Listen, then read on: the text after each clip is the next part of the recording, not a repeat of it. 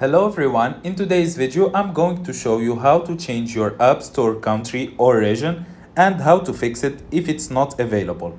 So first thing, open your settings, then go to your iCloud account, then scroll down a little bit until you find Media and Purchases.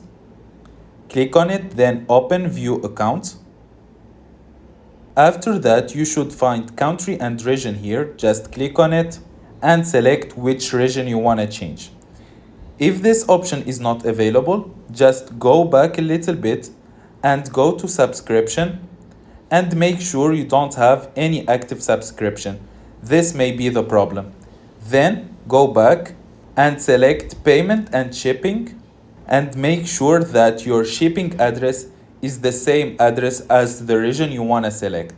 This will fix your problem. If you find this video helpful, don't forget to like and subscribe in the channel.